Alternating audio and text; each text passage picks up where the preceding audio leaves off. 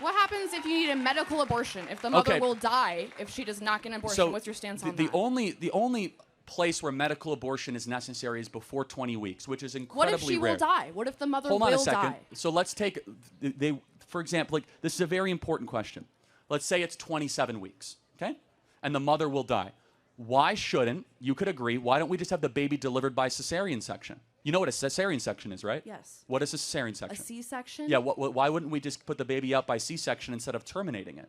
Because if the mother will die, No, it's not safe but to you, do that. You remove the baby. I understand. Threat removed. I know what a C-section But is. it's actually safer than an abortion. So every time they say, this is for you guys, they say, oh, you need to have abortion for medical reasons, respond, then have a C-section.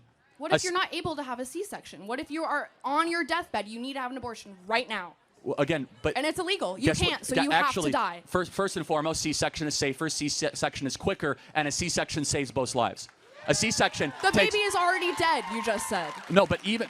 No. Hold on a second. You're saying if the baby's already dead, then it doesn't have an abortion, right? Then you're talking about a removal of a carcass, which is a completely different medical operation. So you're saying that's okay if you're Well, having... If you're hold on. If you're removing a carcass of a baby, that is not an abortion, by definition. It's the same process. No, it's completely different. During an abortion, they actually inject the spinal fluid with cyanide poisoning as the baby squirms and tries to find its mother, and it is gasping for air of life. Have you ever watched an abortion? It is one of the...